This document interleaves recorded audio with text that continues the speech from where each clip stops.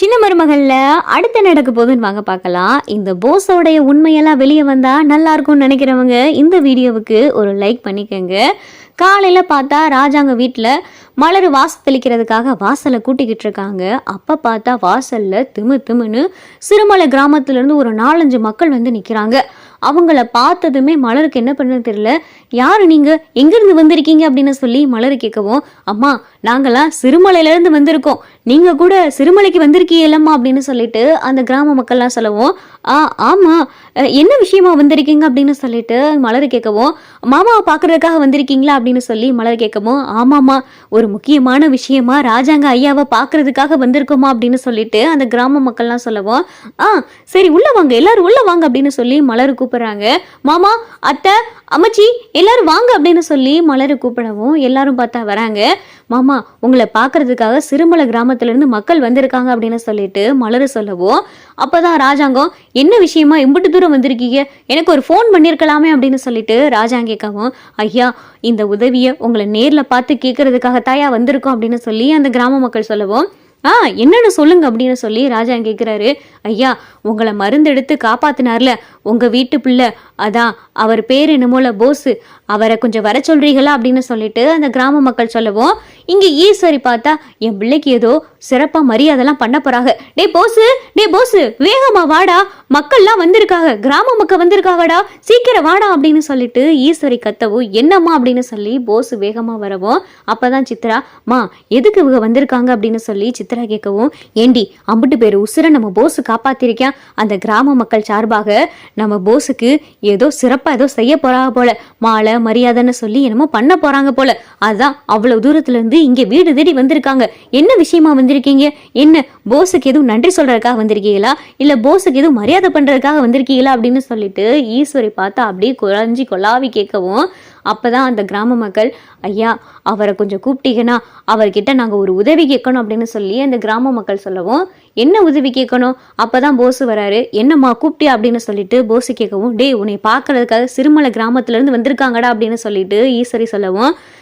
சொல்லுங்க என்ன விஷயம் அப்படின்னு சொல்லி போஸ் கேட்கவும், ஐயா உங்க காலை விழுந்து நாங்க கேட்கிறோம் ஐயா, நீங்க தாயா இப்ப எங்க கிராம மக்களுடைய உசிரையே காப்பாற்றணும் அப்படின்னு சொல்லிட்டு இங்க போஸ் கிட்ட அந்த மக்கள் கேட்கவும், என்ன சொல்றீங்க, நான் யாரு உசுரை காப்பாற்றணும் அப்படின்னு சொல்லிட்டு போஸ் கேட்கவும், இல்லையா அன்னைக்கு வந்தீங்கல்ல, வந்துட்டு உங்க வீட்டு ஆளுகள்ல இருந்து எங்க கிராம மக்கள் பாதிக்கப்பட்டவங்களுடைய உசுரையும் காப்பாத்துறதுக்கு மருந்து எடுத்துட்டு வந்தீங்கல்ல, அந்த மருந்தை திரும்ப கொஞ்சம் வந்து எங்களுக்காக எடுத்து கொடுக்க முடியுமாயா, உங்களோட எங்க கிராம மக்களும் வராங்க, அவங்க ஒரு 2-3 பேர் எங்க ஊர் இலங்கை விட்ட பசங்கள்லாம் வராங்க, அவங்க கூட நீங்க போய் எங்க ஊர் மக்களை காப்பாத்துறதுக்கு அந்த மருந்து எடுக்கிறதுக்கு உதவி பண்ணணுயா அப்படின்னு சொல்லிட்டு இங்க அந்த கிராம மக்கள்லாம் கேட்கவும், என்ன சொல்றீங்க, எங்க பெரியப்பா அன்னைக்கு உசுருக்கு போராடிக்கிட்டு இருந்ததுனால அந்த காட்டுக்குள்ள போய் மருந்தை கண்டுபிடிச்சேன், நீங்க என்னன்னா இப்போ வந்துட்டு என்னைய கூப்பிட்டுக்கிட்டு இருக்கீங்க அப்படின்னு சொல்லிட்டு போஸ் அப்படியே பம்மவும், என்னையா நீங்க எப்படி மருந்து எடுத்தீங்கன்னு உங்களுக்கு தானே தெரியும் அப்படின்னு சொல்லிட்டு இங்க போஸ் கிட்ட கேட்கவும், சன்னாசி சேதுவை வர சொல்லு அப்படின்னு சொல்லிட்டு ராஜாங்க சொல்லவும், அண்ணே சேதுவை நம்ம வேலை விஷயமா மெட்ராஸ்க்கு அனுப்பியிருக்கோல அப்படின்னு சொல்லிட்டு சன்னாசி சொல்லவும், ஆமால சேதுவும் தானே போய் மருந்து எடுத்தான்,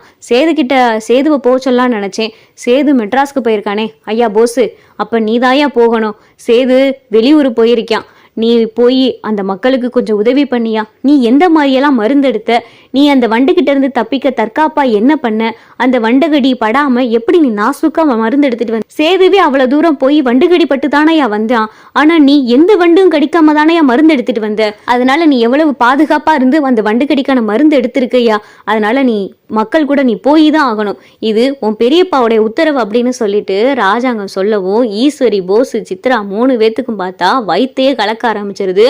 ஐயோ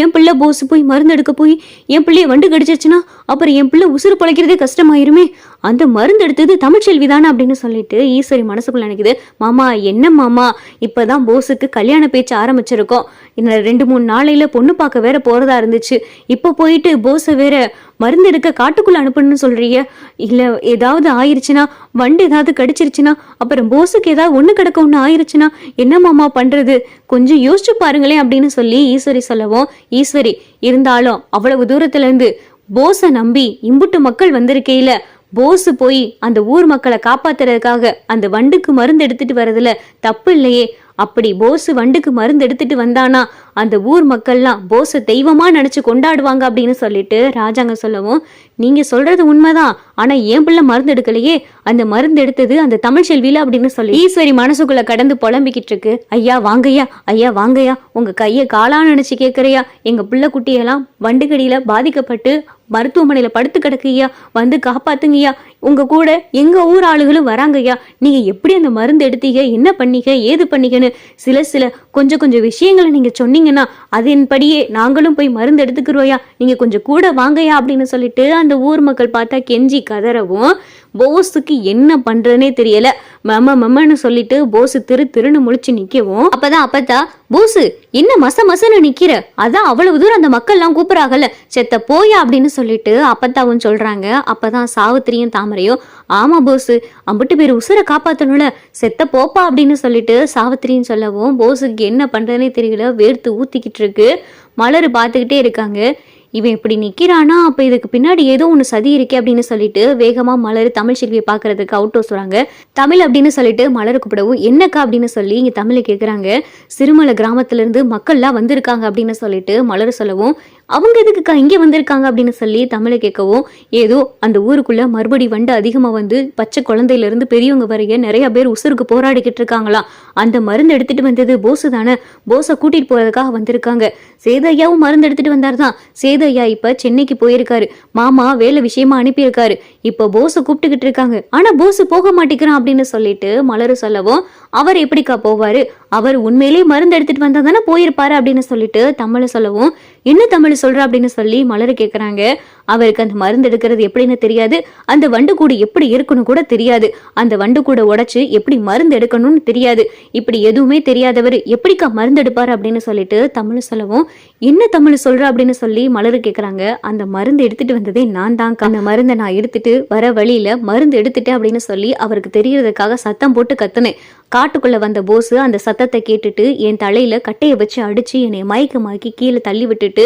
என் கையில இருந்த மருந்து பிடுங்கிட்டு வேகமா ஓடியாந்து இங்க இருக்கிறவங்ககிட்ட கொடுத்து அவன் தான் மருந்து எடுத்தான் அப்படின்னு சொல்லிட்டு வீட்டுல இருக்கிற எல்லாருமே நம்ப வச்சுட்டான். இதுக்கு மேல நான் என்ன பண்ண முடியும் அப்படின்னு சொல்லி தமிழ் சொல்லவும், ஏன் தமிழ் இவ்வளவு பெரிய விஷயம் நடந்திருக்கு, இதை நீ ஏன் யாருகிட்டயுமே சொல்ல, வேற என்னக்கா பண்றது அப்படின்னு சொல்லி தமிழ் சொல்லிக்கிட்டு இருக்காங்க.